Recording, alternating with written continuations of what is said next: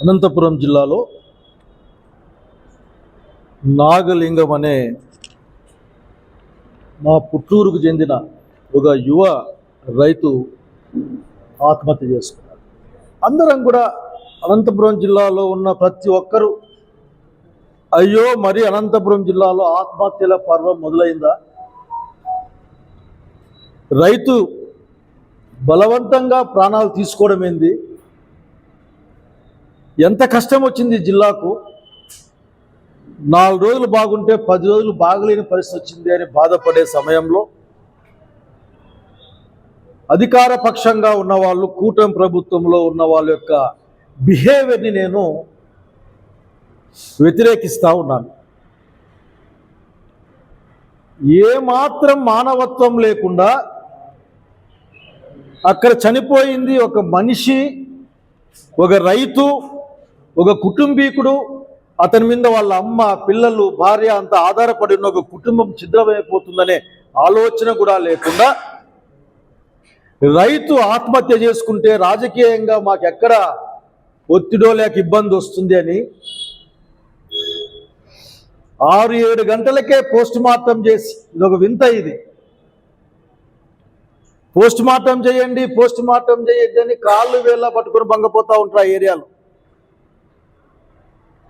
6 గంటలకి 7 గంటల మధ్యలోనే చేసేసి అక్కడ ఉన్న వాళ్ళని బెదిరించి, బహుశా కూటమి నాయకులు ఖండిస్తారు, మీకు రావాల్సిన బెనిఫిట్లు రావు అని, మీకు ఇవ్వాల్సిన బెనిఫిట్లు ఇయ్యమని వాళ్ళని బెదిరించినట్లు కూడా అక్కడ వాళ్ళ బంధువులు చెప్పారు. పైగా ఏదో కొద్దిగా మాటలేంటి ఆ కంటి తుడుపు మాటలు మాట్లాడారు. నేను ఒకటి అడుగుతా ఉన్నా, అసలు మీ ప్రభుత్వానికి కానీ మీకు కానీ ఏమైనా సెన్సిటివిటీ ఉందా? మీకు ఎక్కడైనా సరే కొద్దిగైనా కానీ ఆ సెన్సిటివిటీ అనేది దగ్గర ఉందా లేదా? లేదని నేను చెప్తా ఉన్నా. మీకు ఆ రైతు యొక్క బలవంతపు ఆయన మరణం అన్నది మీకు రాజకీయంగా ఇబ్బంది రాకుండా చేసే ఒక విషయం, రాజకీయంగా ఇబ్బంది రాకుండా చేయడానికి చేసే మీ ప్రయత్నమే కానీ ఆ సమస్యను కానీ, ఆ కుటుంబాన్ని కానీ, రైతును కానీ మానవత్వంతో మనిషిగా ఒక సాటి మానవుడు ప్రాణం కోల్పోయినట్లు మీ దగ్గర నాకు కనిపించలేదు. అక్కడక్కడ మాట్లాడుతూ శవం మీద రాజకీయాలు చేసేకి వచ్చినారని కూడా మాట్లాడారు.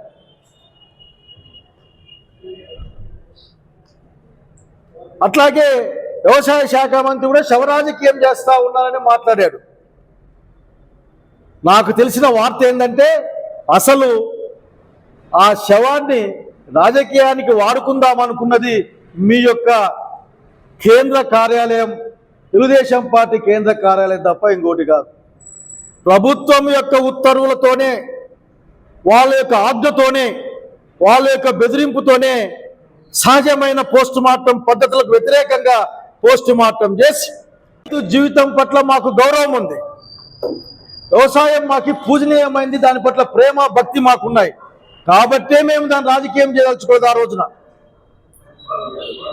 ఆ రోజు నిజంగానే నేను అనుకుని ఉండింటే ఒక్కరు కూడా కదలడానికి వీలయ్యేదే కాదు. ఆ రోజున చేత కాక మిమ్మల్ని పంపలే. నేను రైతు చావు పట్ల ఉన్న గౌరవం కొద్దీ, బాధతో, కడుపులో ఉన్న బాధతో ఇది రాజకీయాలకు తావు కాదు, ఆ కుటుంబాన్ని గురించి మాట్లాడుకోవాలని చివరికి మన్నేసేంత వరకు అక్కడ ఉండి వచ్చాం. ఒక్కరైనా వచ్చారా? ఇన్ని మాటలు మాట్లాడిన మీరు శవంతో పాటుగా ఎక్కడైనా ఒక్కరు వచ్చారా? ఏమైనా మాట్లాడి చదువు చెప్పించాం. ఏమది అక్కడ ప్రజాప్రతినిధులు అంటే వాళ్ళ బాధ్యత అది, దానికి ఏం నేను పెద్ద విషయం పట్టుకోవడంలే. అసలు నేను అనుకున్నా వస్తారేమో, ఎల్లుట్లదంకా వచ్చి పాపం ఈ యొక్క నాగలింగాన్ని గౌరవంగా పంపిస్తారేమో అనుకున్నా నేను. ఒక్కరు కూడా రాలే. మీకు ఒళ్ళంతా భయం, మీ యొక్క ఆర్థిక విధానం వల్ల, మీ యొక్క వ్యవసాయ విధానం వల్ల, వ్యవసాయం దండగనుకునే మీ నాయకుని విధానం వల్లనే శవాల మీద రాజకీయం మేము చేసే వాళ్ళం కాదు. మేము ముఖ్యంగా అనంతపురం రైతు అనంతపురం రైతు శవం పైన రాజకీయాలు చేసే వాళ్ళం కాదు. మోవకొల్లు వ్యాధి వస్తే మోనోక్రోటోపాస్ ఇచ్చిన చరిత్ర మీది. ఇదే జిల్లాలో మా రాజకీయం రైతుల్ని రాజులుగా మార్చే రాజకీయం. రాజశేఖర రెడ్డి గారు కానీ, జగన్మోహన్ రెడ్డి గారు కానీ మా విధానం రైతు రాజుగా ఉంచడం ఎట్లా, రైతు ధైర్యంగా ఉండడం ఎట్లా, రైతు భరోసాగా బతకడం ఎట్లా వేసి రైతుల్ని రాజులుగా మార్చే రాజకీయం. మీ యొక్క ఆర్థిక రాజకీయ విధానం ఏంటో మీకు తెలుసా? వ్యవసాయం పట్ల మీకు నమ్మకం లేదు. వ్యవసాయం అంటే సరిపోదు మీ దగ్గర, ఊరికే చెప్పుకునే కంతే. ఆ చెట్ల కింద కూర్చొని మాట్లాడుకోవడం కోసం, లేదంటే బురదలో దిగి ఫోటోలు తీసుకోవడం కోసం తప్ప మీదేం లేదు. మీ రాజకీయ విధానం ఏంటంటే రైతులు శవాలుగా మారడానికి ఆలోచింపజేసే రాజకీయం. ఎంత దుర్మార్గం! కాళ్ళు ఒకటి పట్టుకోలేదు మేము, మీ కాళ్ళు ఒక్కటే పట్టుకోలే. 2 రూపాయల కిలో అరటికాయలు అమ్ముకుంటే కష్టమైపోయింది. రైతులు గొర్రెలకి ఇడిసిపెట్టినారు. చెట్టు మీదనే పీక్కొని పోతా ఉంటే కూడా వాళ్ళు అద్దెకించడం లేదు. చివరికి నేను కలెక్టర్కి పోదాం రండి అంటే 24 టన్నుల అరటికాయలు తెచ్చి ఇక్కడ తెచ్చిపెట్టారు. ఆఖరికి వాళ్ళు చెప్పిన మాట ఒక్కటే, ఈ ప్రభుత్వానికి కనీసమైన చీమ కుట్టినట్లయినా కళ్ళు తెరిస్తే మిగతా రైతులు వచ్చే పంట బాగుపడుతుందేమో ఆశ వచ్చారు. మీ దగ్గర నుంచి నాకు అది కనపడలే. రాజకీయంగా మీరేం చేస్తున్నారు? ఆఖరికి మేమైతే రాజకీయం చేసే రోజున 100% రాజకీయం చేస్తాం. రైతు కోసం రాజకీయం చేయాల్సి వస్తే రైతు కోసం రాజకీయం చేస్తాం. ఇప్పటికే మా నాయకుడు జగన్మోహన్ రెడ్డి గారు ఇదే అరటి రైతుల విషయాన్ని ఢిల్లీ వీధులు కూడా ప్రతిబింబించే విధంగా వైబ్రేషన్ క్రియేట్ చేసిన భారతదేశ వ్యాప్తంగా గుర్తు చేస్తూ ఉన్నాం. కనీసం ఇంత కష్టాల్లో ఉంటే చంద్రబాబు నాయుడు గారు ఒక్క సమీక్షా సమావేశం అన్న పెట్టారా? 7,000కు కొంటాం, 9,000కు కొంటామని చివరికి ₹1 కూడా మీరు కొనలే, ఒక గెల కూడా మీరు కొనలే, ఆఖరి ఒక కేజీ కూడా మీరు కొనలే. సలహా కూడా ఇచ్చాం, కొని ఆ వెల్ఫేర్ హాస్టల్స్కి ఇవ్వండి. బయట ₹60-70 నడుస్తూ ఉంది. మనం ఇప్పుడు కొందామన్నా ₹50 తక్కువ రావు కిలో అని చెప్తే మీ దగ్గర నుంచి అప్పుడు అదే మాట మాట్లాడారు. మీరు రాజకీయం చేస్తూ ఉన్నారు అని. రాజకీయం చేయాలనుకుంటే మీ ఆఫీసుల దగ్గరికి వచ్చిండేవాడిని. మాకు రాజకీయం కాదు, రైతును కాపాడుకోవడం ఎట్లా అని అనుకోవడమే ఆఖరికి. రాజకీయం కాదు ఇక్కడ. కొద్దిగా బుర్ర ఉపయోగించి ఆఖరికి మనసుతో ఆలోచించమని కోరుతా ఉన్నా, రాజకీయంతో ఆలోచించదని కోరుతా ఉన్నా. అయ్యా, మీ పరిపాలనలో మీ రైతుల గురించి మాట్లాడే ప్రయత్నం అనేదో రైతు కోసం పోతాం, రైతు మీకోసం పోతామని చెట్ల కింద కూర్చున్నారు, పుట్ల కింద కూర్చున్నారు, పోలీసులను పెట్టుకున్నారు. ఎప్పుడు లేని విధంగా మీ నాయకుడుగా నేను రైతునే అని చెప్పుకున్నాడు. అయ్యా, మీ నాయకత్వంలో ఇంతవరకు ఇన్పుట్ సబ్సిడీ రాలే, ఇన్సూరెన్స్ రాలే. జగన్మోహన్ రెడ్డి గారి నాయకత్వంలో ఆ రోజున ప్రీమియం ఇన్సూరెన్స్కి ప్రభుత్వమే కట్టేది. మీ నాయకత్వంలో ఇన్సూరెన్స్ అన్న మాట లేని సంగతి గుర్తు చేస్తా ఉన్నా. మీరు మాతో పోటీ పడే ప్రయత్నం చేస్తూ ఉన్నారు. రాజకీయమా? మాకేం రాజకీయమా? మీరేం చేస్తున్నారు? నాకేం అర్థం కావడంలే. అర్జెంటుగా ఏమన్నా తెలుగుదేశం పార్టీ వాళ్ళకి కూటమి పార్టీలన్నీ స్వచ్ఛంద సేవా సంస్థలు ఏమైనా మారిపోయినాయా? నాకు తెలియదే. మేము రాజకీయాలు ప్రజల కోసం చేస్తూ ఉన్నాం. మా రాజకీయాలు రైతుల కోసం చేస్తూ ఉన్నాం. మా రాజకీయాలు ప్రజల జీవితం మరింత బాగుండేందుకోసం చేస్తూ ఉన్నాం, ధైర్యం కోసం చేస్తూ ఉన్నాం. ఓ లెక్క మీకు చెప్పాలనుకుంటా ఉన్నా నేను, కొద్దిగా వినాలా మీరు. అయ్యా, దాదాపు 10,778 రైతు భరోసా కేంద్రాలు ఏర్పాటు చేశాం. మీ నాయకత్వంలో వాటికి వాకిన్లు తీసే వాళ్ళు కూడా లేరు. అట్లాగే రైతు భరోసా కింద మేము 53.58 లక్షల మందికి 34,285 కోట్ల రూపాయలు పంపించాం. అసలు ఉచిత పంటల బీమా కింద మేము మళ్ళీ 54 లక్షల పైగా ఉన్న వాళ్ళకి 7,805 కోట్లు చెల్లింపులు వచ్చే విధంగా మేము పనిచేశాం. ఇంకా ఉచిత విద్యుత్ గురించి మీరేం మాట్లాడడానికి లేదు, మాది అది. కొత్త రైల్వే ఫీడర్లు ఏర్పాటు చేయడం కోసం దాదాపు 1700 కోట్లు ఖర్చు పెట్టినాం. మొత్తం లెక్కలో 5 ఏళ్ల కాలంలో దాదాపు కరోనా సమయంతో కలుపుకొని 1,84,567 కోట్లు వ్యవసాయం కోసం జగన్ హయాంలో వెచ్చించామన్న సంగతి గుర్తెచ్చుకోమని కోరుతా ఉన్నా. అది రైతు కోసం పనిచేయడం అంటే, అది రైతు కోసం రాజకీయం చేయడం అంటే. చివరికి విత్తనం దగ్గర నుండి అమ్ముకునేంత వరకు రైతులకు తోడుగా ఉన్న ప్రభుత్వం ఏదైనా ఉందంటే అది వైఎస్ఆర్ కాంగ్రెస్ పార్టీ ప్రభుత్వం, జగన్మోహన్ రెడ్డి నాయకత్వాన. ఏం మాట్లాడతారు మీరు? ధరల స్థిరీకరణకు 3,000 కోట్ల 5,000 కోట్ల పెడతామని చెప్పారు. 3 పైసలు పెట్టలేదు, 1 రూపాయి పెట్టలేదు మీరు. అదే ధరల స్థిరీకరణ కింద అనంతపురం జిల్లాలో ఒక 500 కోట్లు ఖర్చు పెట్టింటే మా నాగలింగం చనిపోయి ఉండేవాడా? దాన్ని క్షుద్ర రాజకీయ దృష్టితో చూడడం మానేయమని నేను వాళ్ళకి చెప్తా ఉన్నా. వాళ్ళకి సూచన, విన్నపం కూడా. అసలుకి మీ నాయకత్వంలో ఎవరైనా బాగున్నారా? ఏ రైతు బాగున్నారో చెప్తారా మీరు? మొక్కజొన్న రైతు 2,400 రూపాయలు మద్దతు ధర 15, 16, 1700కి పోవడంలే. రోడ్ల మీద రాసులుగా పోయారు. చివరికి అరటి కొంటాం, మొక్కజొన్న కొంటాం, పెసలు కొంటాం, కందులు కొంటాం అని పేపర్లో ఇంత పేపర్ వేసి తప్ప మీరు కొన్న పాపాన పోలే. మిర్చి రైతులకు వస్తే జగన్మోహన్ రెడ్డి గారి కాలంలో 27,000 వరకు పలికితే మీది 8, 10 దాటంలే. రేటు తగ్గింది అడిగితే కేసులు పెడతారు మీరు. జగన్మోహన్ రెడ్డి గారు వస్తే వణుకుతారు మీరు. ఇంకా పొగాకు గురించి తక్కువ మాట్లాడాలి నేను. అసలుకి రొయ్యలు మా దగ్గర లేవు, కానీ మీరు చేసిన అన్ని పనులు కూడా, టమాటా అయితే కట్టలు దుర్మార్గమైన పరిపాలన మీది. మామిడికాయలు కూడా 2 రూపాయల కిలో పోతే అక్కడే ఫ్యాక్టరీల దగ్గరే రోడ్డు మీదే మామిడికాయలు పడేసిపోయిన కష్టకాలాన్ని, దుర్మార్గమైన కాలాన్ని మీ నాయకత్వంలో చూసాం. అదే దుస్థితి అరటి రైతుకి 2 కిలోలతో. మీ దగ్గర ఎటువంటి ప్రణాళిక లేదు.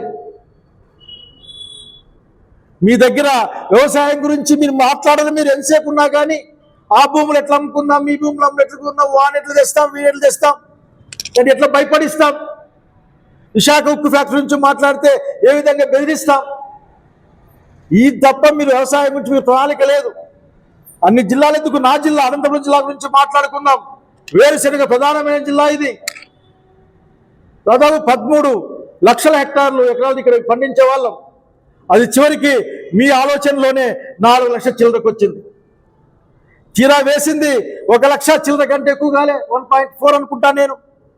కందులేయండి అంటే రాష్ట్ర మా ఏరియా అంతా కందులు వేసినారు. ఇప్పుడేమో కందికి రేట్ లేదు అని మాట్లాడుతూ ఉన్నారు. ఎవరిని నిలదీయాలి? ఎవరిని చొక్కా పట్టుకొని నిలదీయాలి? రైతాంగం. మీ దగ్గర రైతు గురించిన ఆలోచన లేదు. అదే కర్మ, అదే దుర్మార్గం. ఆలోచన లేదు మీ దగ్గర. ఎందుకంటే వ్యవసాయం దండగనుకునే బ్యాచ్ మీరు. వ్యవసాయాన్ని ఎప్పుడు మీరు గౌరవంగా చూడలే. వ్యవసాయం పట్ల మీకు ఎటువంటిది కూడా. కాబట్టి చంద్రబాబు నాయుడు మనం ఏదో అక్కడ చూసే వాళ్ళ బాబులు డైలాగ్ కొడతా ఉంటాయి. చంద్రబాబు చరిత్ర మొత్తం రైతుల కష్టాలు కడగల్లే ఉంటాయి. ఆయన పరిపాలనలో ఉన్నాయంటే రైతు నిరంతరం ఏడుస్తూనే ఉంటారు. ఆఖరికి రైతు వ్యవసాయం దండగానే రైతు వ్యతిరేక మా నాయకులు మీరు. ఆ విషయం మీరు గమనించాలా. మీరు పెద్ద మాటలు మాట్లాడుతూ ఉంటారు. అయ్యా, అసలు ఆత్మహత్యల గురించి మీరు ఏం చెప్పారో అసలు మాట్లాడుకుంటే కూడా మంచిగా ఉంటుంది. దాదాపు ఈ రాష్ట్రంలో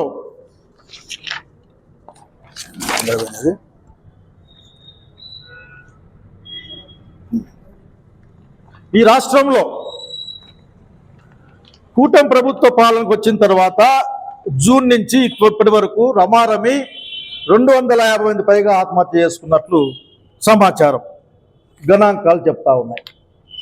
250 మంది.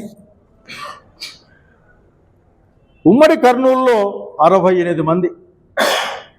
అనంతపురంలో 46 మంది, వైఎస్ఆర్ కడపలో 37 మంది, శ్రీకాకుళంలో 27 మంది, అక్కడక్కడ మిగతా.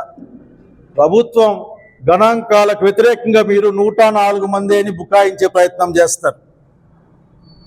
కానీ మీరు 3 మెన్ కమిటీ వేశారు. ఎప్పుడైనా సరే రైతు కష్టం వస్తే ఇయ్యడానికి మనసు రాక, ఇచ్చే మనస్సు లేక, రైతు అంటే లెక్క లేక మీరు ఎట్లా తప్పించుకుందని ఆలోచిస్తారు.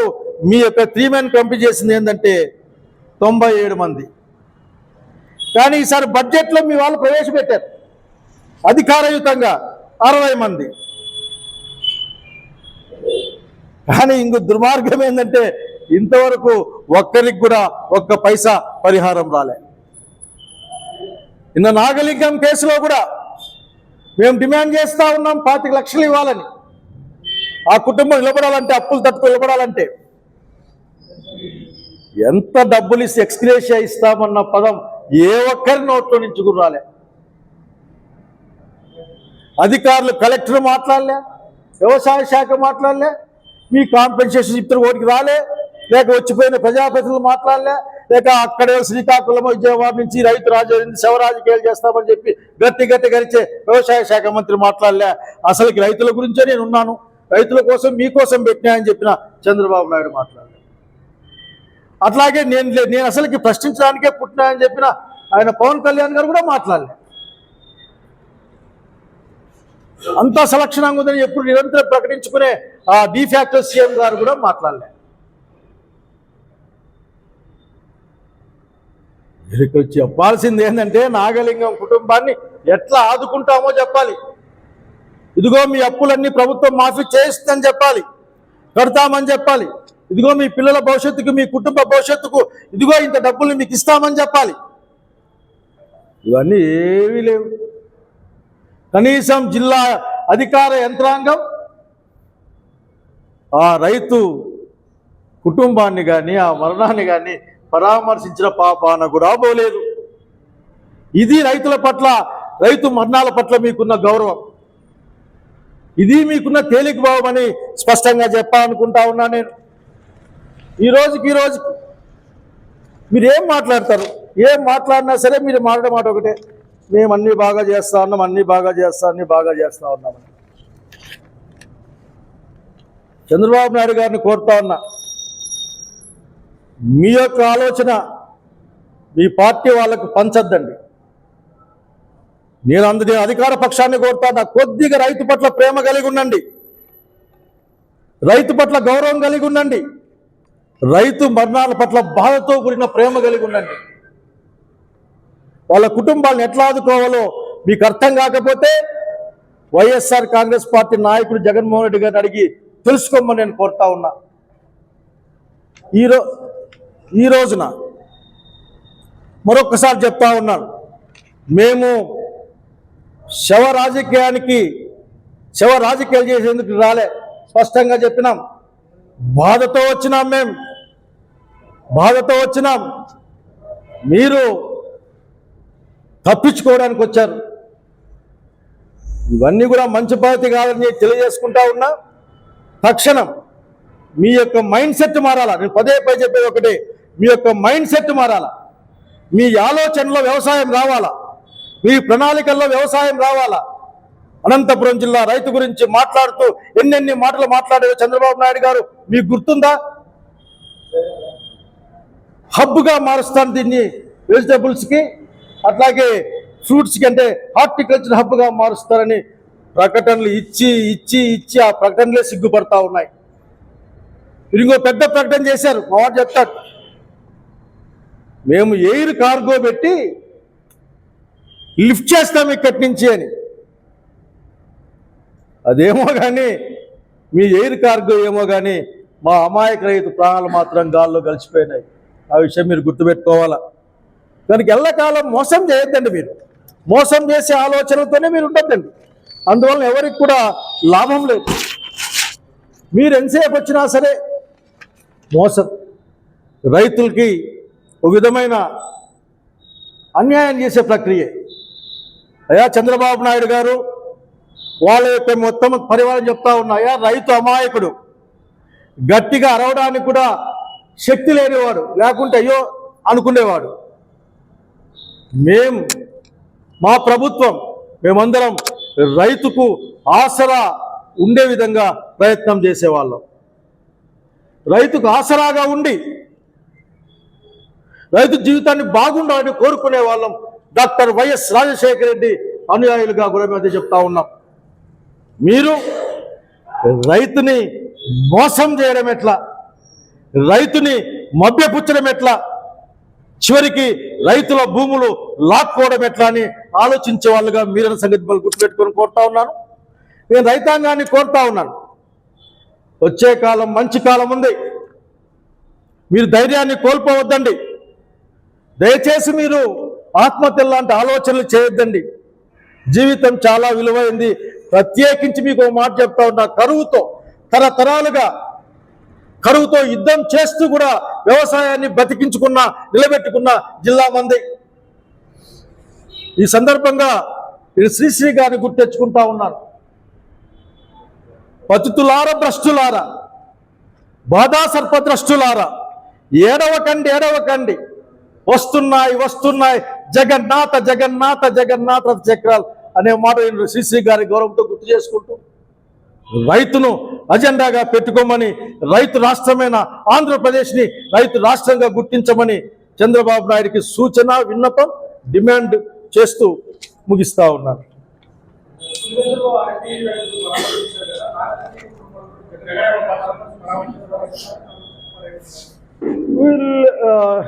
నేనైతే ఈ నిమిషం దాకా సెంట్రల్ ఆఫీస్తో మాట్లాడలేదు.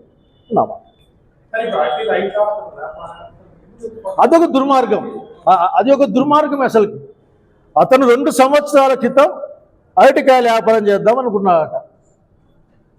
నాకు బాగా తెలుసు వాళ్ళ కుటుంబంలో ఎంపీటీసీ ఉంటారు.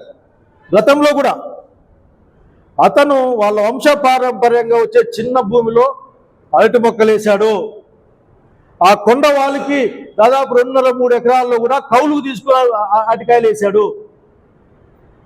దాదాపు 10 లక్షల దాకా పెట్టుబడి పెట్టాడు. ఆ పెట్టుబడిలో ఆఖరికి ఇంక రాక ఒక బలహీనమైన క్షణంలో ఇంకా జీవితం ఇంకేందని చెప్పేసి సంసారాన్ని కూడా గుర్తుపెట్టుకోకుండా ఆయన బలవంతంగా మందు దాగి చనిపోయాడు. దాన్ని ఒక పేపర్ రాస్తుంది, అరటికాయల వ్యాపారి ఆత్మహత్య అని రాస్తుంది. ఇంత ఇన్హ్యూమన్ ఆఖరికి ఏం ఒప్పుకుంటే ఏం పోతుంది? ఇది రైతు కష్టకాలు చనిపోయాడు అని రైతు ఆఖరికి రేట్ లేక అమ్ముకోలేక చనిపోయాడని రాస్తే ఏమవుతుంది? ఎవరికైనా ఏదన్నా కిరీటం పోతుందా? ఆదుకుంటే వాళ్ళకే మంచి పేరు వస్తుంది కదా. కానీ ఎల్లకాలం రైతు ఆత్మహత్య జరిగితే అది ఆత్మహత్య కాదు అని చెప్పే ప్రయత్నమే తప్ప రైతును ఆదుకుందాం ప్రయత్నం కాదు. 100కి 100 పాళ్ళు. ఎంతెందుకు ఎల్లుట్లో పోయి ఎవరు కనుక్కున్నా చెప్తారు. ఇదేం రహస్యమేం కాదు కదా. ఎల్లుట్లో పోయి ఎవరిని అడిగినా సరే ఆ పిల్లోడు నాగలింగం చేసిన సేద్యం గురించి చెప్తారు. కనుక దయచేసి అదే చెప్పేది, రైతు పట్ల గౌరవం, రైతు మరణం పట్ల గౌరవం కలిగి ఉండమని మరొకసారి సవినయంగా కోరుకుంటాను వాళ్ళందరినీ కూడా.